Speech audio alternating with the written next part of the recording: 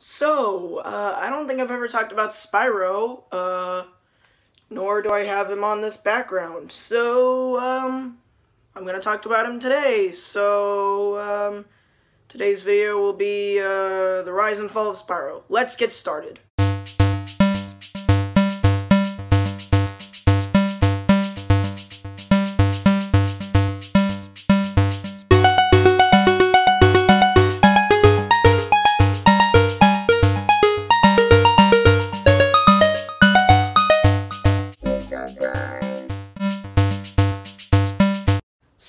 Insomniac Games may have done Spyro, but they also did Disruptor before they did Spyro. And it certainly looks a lot like Doom, and not really a part of gaming history as this big game, so didn't really do well. So they somehow got another chance with Spyro the Dragon.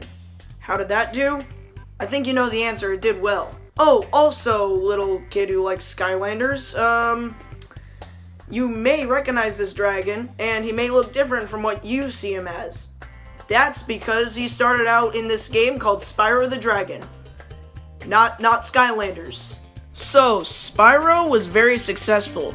Just imagine it, this purple dragon traveling through these colorful open worlds. Well, at the time they were pretty open, now it's just nothing. So, Insomniac ended up making 3 Spyro games, and they were all successful. Same with Crash. The good trilogy was the first 3 games on both Spyro and Crash. So, Spyro was looking good on PS1, so now PS2 is coming around, and Insomniac didn't have any more ideas for the dragon since it couldn't hold anything. Yes, that is literally why they gave up Spyro. Why did they? That reason, seriously.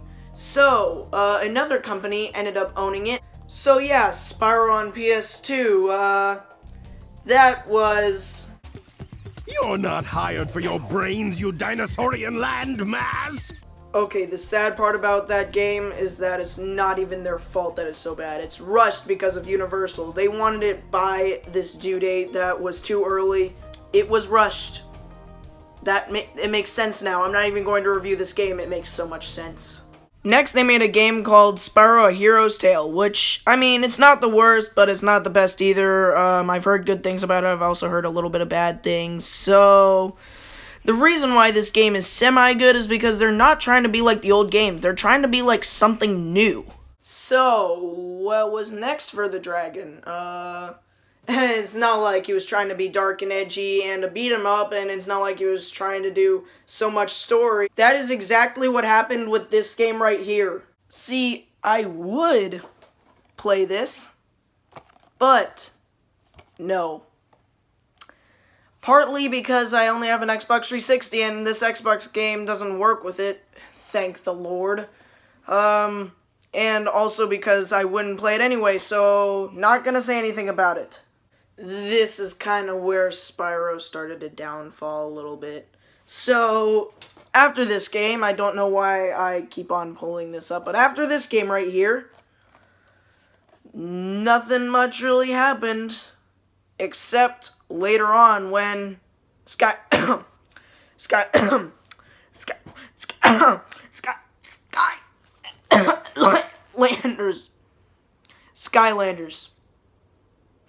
Okay, to be honest, I wouldn't call Skylanders a bad game, but why did you throw Spyro in there? In fact, the first Skylanders game is about Spyro. No, it actually isn't. It just has Spyro in the name to get people to buy it. Activision, you dirty tricksters. You're brainwashing kids' heads to think that Crash Bandicoot and Spyro are from Skylanders, but no, they're not. Okay, Crash Bandicoot wasn't added in yet, but he was in 2016. Also, since I'm young enough to have gotten into Skylanders when it came out, I didn't really. I just liked the collectibles. All I had was a Skylanders Giants game for the 3DS, and I gave away my Portal and my Skylanders and that game, so I don't have it anymore. And all I remember is playing as Tree Stump or whatever his name is, and going around this like wooden, like open world thing or whatever. So Spyro looked bad until now, when Spyro Reignited Trilogy is coming out. But I think I'm gonna regret it because it's made by Activision. No offense, Activision, but you ruin everything. Oh, I'm sorry, Activision, I'm sorry!